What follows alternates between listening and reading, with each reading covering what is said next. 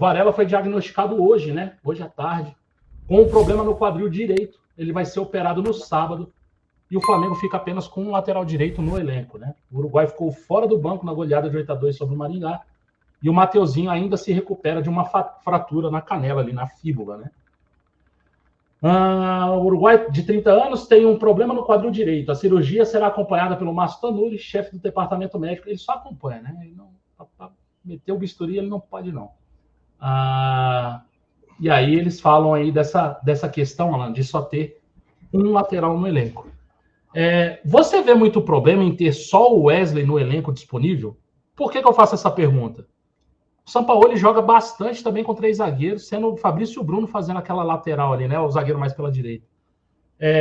O problema, claro que né? Assim, faz falta um outro lateral. Mas seria muito pior se a gente tivesse só um esquema tático, um 4-4-2, né?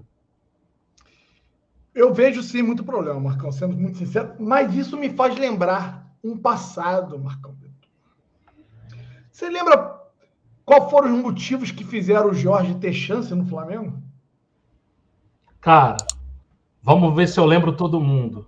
Era Armeration, Anderson Pico, Thales Mãozinha e Jorge. Isso aí. Os 3 laterais esquerdos à época se machucaram. Os 3. E aí... Que trinca, hein? Que trinca de lateral que a gente tinha também.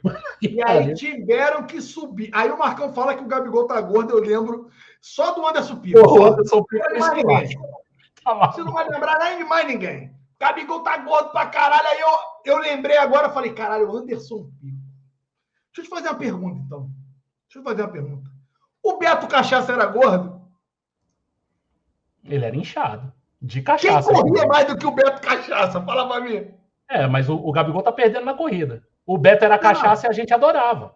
Porque ele corria e fazia. Era o único que tinha capacidade de marcar o Felipe na época que o Felipe, meu irmão, ele entortava todo mundo. Foi o único que teve a capacidade. E o Beto, irmão, tinha a porra de um porte físico, né? Que aí é aquilo que ele fala, não, o cara não é gordo, o cara né? Todo truncadinho. É largo. Falavam isso do lateral, que era da base, como é que é o nome dele? Aquele que foi parar lá no Japão. Clebinho. Que foi parar lá no Japão. Isso. Entendeu? Então, meu parceiro, é nessa pegada, Marquito. É nessa pegada aí, né? Com relação ao... me faz lembrar um pouco o que aconteceu com o Jorge, né? O Jorge teve as oportunidades, aproveitou, tinha, né, problemas defensivos, a gente tomava muitos gols ali pelo lado dele, lado esquerdo, com bola nas costas, mas ofensivamente ele entregava, conseguia fazer gols e foi até bem vendido à época, né?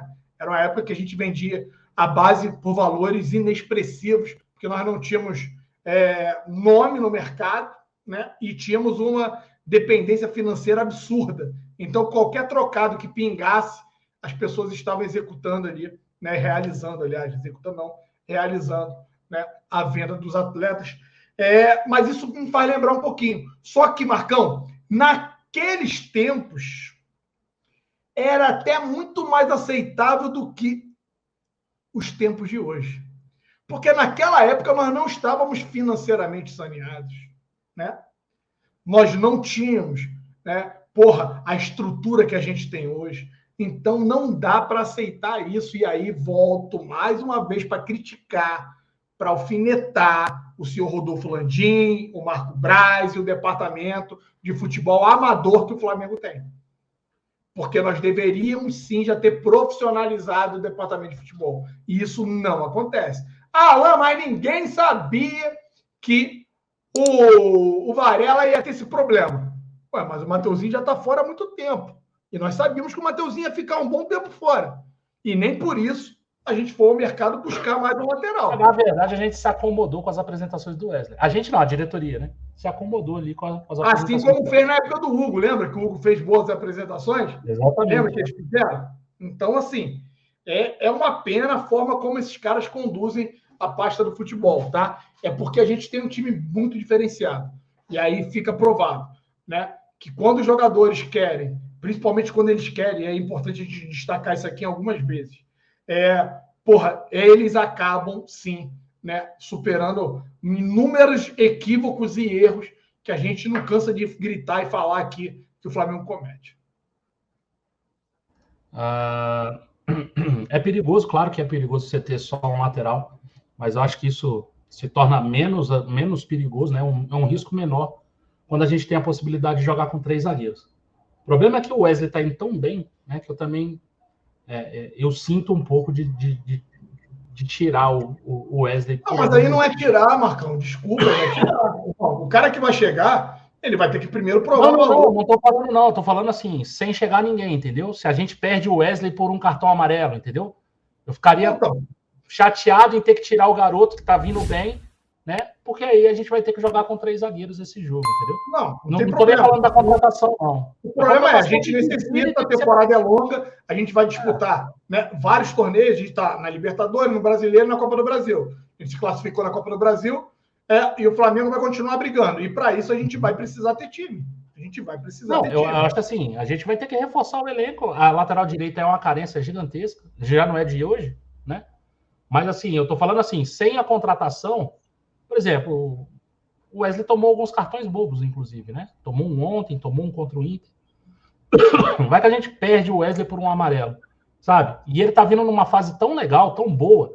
Tá faltando essa assistência, né? Tá faltando esse gol, essa assistência. Mas eu acho que seria um pecado a gente ficar sem ele aí por uma partida, né? Mas assim, tomara que o Thiaguinho volte, que o Varela consiga também voltar e que a gente contrate um lateral direito titular. A gente vai precisar de um lateral direito titular. Aliás, essa próxima janela tem que ser muito boa, né, Alan? A gente teve uma janela bem fraca no começo do ano, né? A gente precisa ter uma janela bem consistente no meio do ano, né? Algumas boas posições, né? Umas 4, 5 contratações aí, o Flamengo vai ter que fazer para o ano. Se vai fazer, é outra história, né? São Paulo vai pedir, com certeza vai pedir gente, né? Mas se vai ter ou não essas contratações, a gente não sabe.